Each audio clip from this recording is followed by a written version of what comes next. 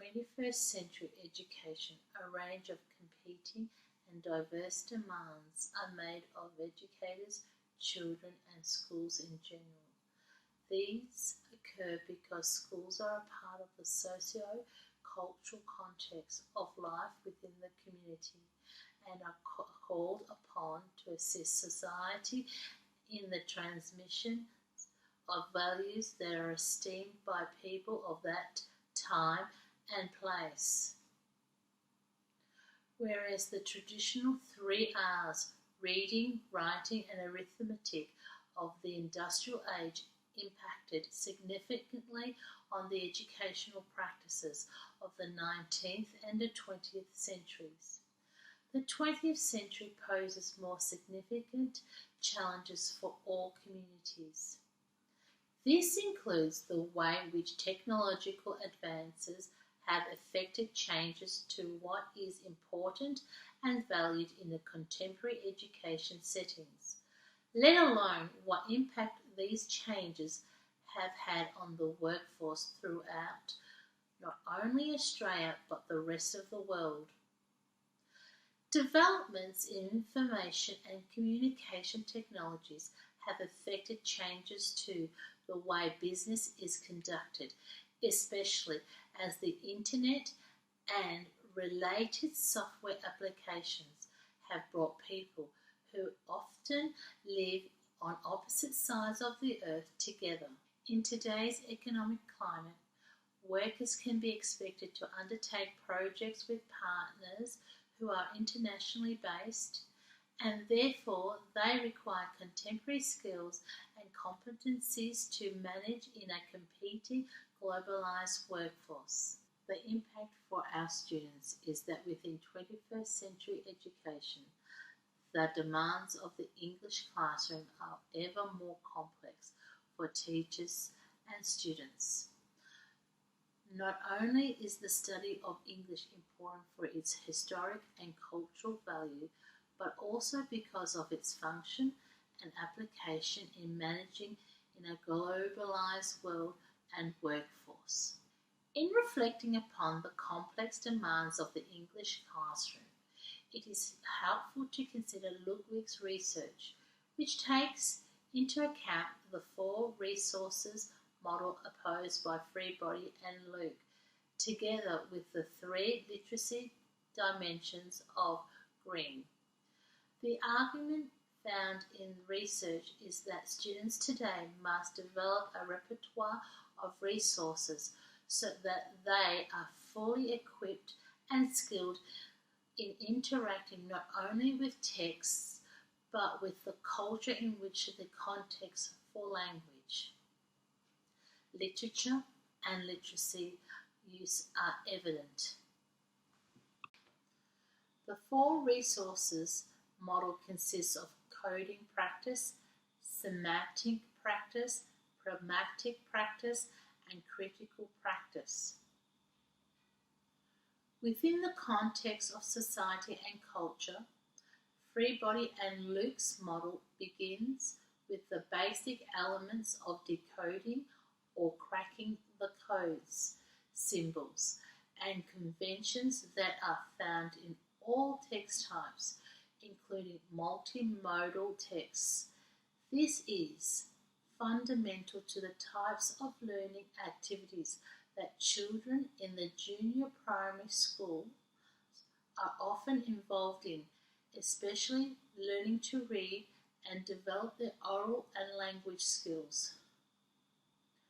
Then, drawing on the social, cultural, and children's prior knowledge in semantic practice, students are challenged to make meaning by forming concepts and constructing ideas from what they are comprehending through the range of texts they are exploring. Students are challenged to consider what is the purpose of a particular text type and how do they relate to a life at school and beyond the school gate.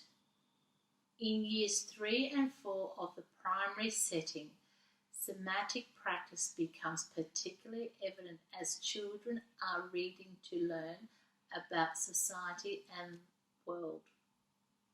Not only learning to read. Furthermore, in pragmatic practice, students learn how texts are used in social and cultural contexts and the way in which they are called to use these texts, such as written, spoken, visual, and multimodal texts. At all levels of the primary school, it is to be hoped that children see the relevance of language, literature, and literacy to them and their society through the purposeful activities that they engage in.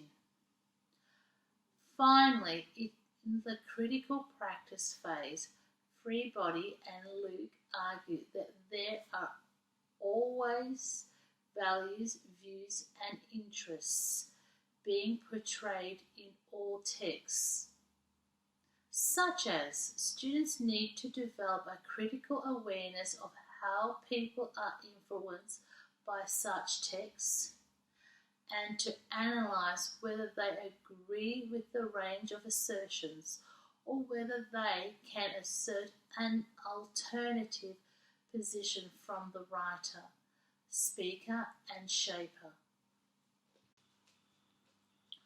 Whilst this teaching focus can be applied throughout the primary years, in practice it has been in the senior years of grade 5 and 6 where stereotypes have been considered and critical thinking applied. These are all important considerations as they relate quite specifically to the demands of the contemporary English classroom that is no longer defined by four walls. In similar ways, Bill Green's 3 literacy dimensions poses relevant challenges to educators to ensure that literacy is viewed holistically and thus meets the needs of future generations. In particular, his operational dimension sits well against the coding practice, where competency with language system is paramount, especially having a deep understanding of codes, symbols, and conventions within the cultural context. Green's cultural dimension relates well with the semantic practice phase of Freebody and Luke. Green's assertion that children must develop competency with the meaning system is crucial for their successful integration and participation with society and the global context. Here, students are to be engaged in purposeful use of genre to discover the exchange meaning. This ties in somewhat with Freebody and Luke's identification of pragmatic practice, whereby students use what they have learnt about language, literacy, and literature for realistic and practical purposes, such as to communicate with a collaborator via Skype internationally, or other examples such as texting, emailing, or using other 21st century applications such as blogging and Facebook. Green's critical dimension phase perhaps goes a step further than Freebody and Luke. Children of the 21st century need to have capacity to uncover the layers of various meanings and messages within different contexts and transform them with their own critical thinking, experiences, and messages The Australian curriculum has a crucial role in helping to deliver quality education to children through the English domain. As is evident, the English domain has three strands: literacy, language, and literature. These three strands are interlinked and interdependent of each other. Alongside the other key learning domains, the study of English encompassing a body of growing knowledge that we can develop about language, literacy, and literature can benefit students in Australian schools who often come from such diverse and different settings. The strands of language, literature, and literacy are specific knowledge areas that are significant in their own right, yet cannot be viewed in isolation, but always supporting each other. By Year 6 of the primary school, a developmental and coherent body of knowledge in English is the ultimate goal, along with the development of individuals who have learnt to analyse, understand, communicate, and build relationships with others and with the world around them. At Year 6 level, it is possible to identify Free Body and Luke's 4 resources model in action.